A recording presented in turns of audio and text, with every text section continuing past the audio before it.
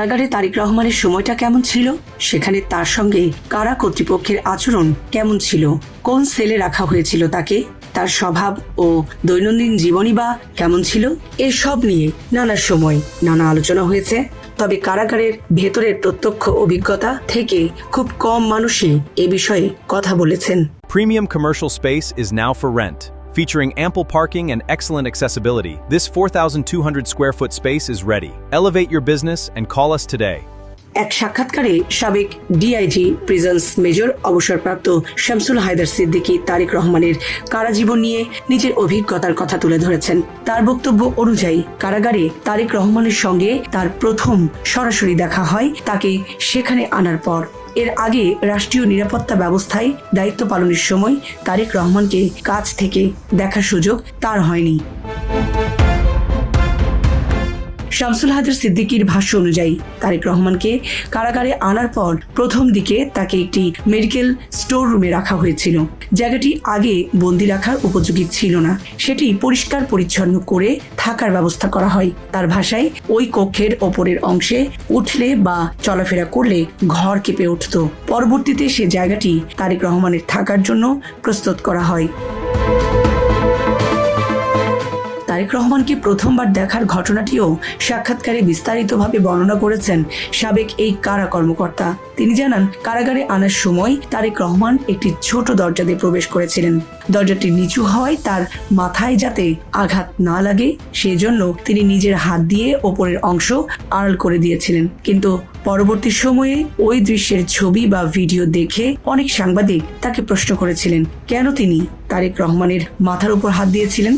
শামসুল হায়দার সিদ্দিকীর ব্যাখ্যা, বিষয়টি ছিল সম্পূর্ণ মানবিক ও নিরাপত্তাজনিত। দরজাটি নিচু থাকায় মাথায় আঘাত লাগার আশঙ্কা ছিল বলেই তিনি হাত দিয়েছিলেন। সাবেক ডিআইজি প্রিজন্সের বর্ণনায় কারাগারে তারেক রহমানের আচরণ ছিল শান্ত ও সংযত।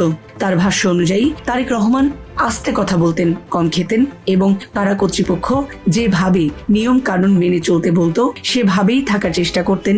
কারাগারে বিভিন্ন সময়ে তাদের মধ্যে কথা হয়েছে, এমনকি কখনো কখনো তারেক রহমানের পরিবারের পক্ষ থেকে খাবার পাঠানো হলে সেটি অনুমোদিত হলে একসঙ্গে বসে খাওয়ার ঘটনাও ঘটেছে বলে জানান তিনি।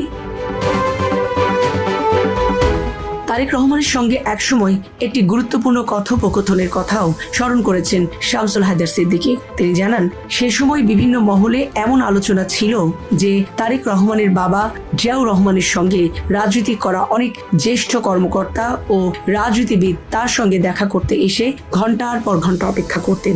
এই অভিযোগের সত্যতা জানতে তিনি সরাসরি তারেক রহমানকে প্রশ্ন করেন, তবে তারেক রহমান সেই অভিযোগ অস্বীকার করেন। এরপর সাবেক ডিআইজি প্রিজন্স তাকে বলেন, কথাটি সত্য হোক বা মিথ্যা হোক, ঠান্ডা মাথায় তার নিজের জীবন ও পরিস্থিতি নিয়ে ভাবা উচিত। তিনি তাকে মনে করিয়ে দেন তিনি প্রেসিডেন্টের ছেলে, প্রধানমন্ত্রীর ছেলে এবং সেনা প্রধানের ছেলে হয়েও কারাগারে কেন এসেছেন, তার ভুল কোথায় ছিল, কারা প্রকৃত বন্ধু আর কারা শত্রু, এইসব নিয়ে চিন্তা করা দরকার। শামসুল হায়দার সিদ্দিকীর ভাষ্য অনুযায়ী তিনি তারেক রহমানকে বইপত্র পড়ার পরামর্শও দিয়েছিলেন, নিজেকে গড়ে তোলার কথা বলেছিলেন এবং বলেছিলেন ভবিষ্যতে তিনি আবার ক্ষমতায় ফিরতে পারেন। সাক্ষাৎকারে সাবেক এই কারা কর্মকর্তা জানান, এক পর্যায়ে তারেক রহমান তাকে তার স্ত্রীর সঙ্গে কথা বলার অনুরোধ করেছিলেন। তার ভাষ্য অনুযায়ী তারেক রহমানের স্ত্রী অত্যন্ত ভদ্র ও নম্র ছিলেন এবং তাকে সম্মান করতেন। তারেক রহমানের স্ত্রী তার সঙ্গে কথা বলে তার দেওয়া পরামর্শের কথা শুনিয়েছিলেন বলেও জানান শামসুল হায়দার সিদ্দিকী। সে সময় তারেক রহমানের শারীরিক অবস্থাও ভালো ছিল না বলে তার বক্তব্যে উঠে আসে।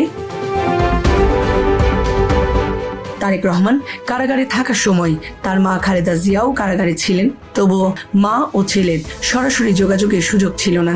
এই পরিস্থিতিতে কারা কর্তৃপক্ষের নির্দিষ্ট প্রক্রিয়ার মধ্য দিয়ে যোগাযোগের কিছু সুযোগ তৈরি হয়েছিল বলে জানান শামসুল হায়দার সিদ্দিকী। জীবন অবাক না করলে কে করবে? 28% মিল্ক ফ্যাটের অবাক করার সাথে ফ্রেশ মিল্ক পাউডার, জীবন অবাক করুক প্রতিদিন। তিনি একটি চিঠির ঘটনার কথা বিশেষভাবে উল্লেখ করেন।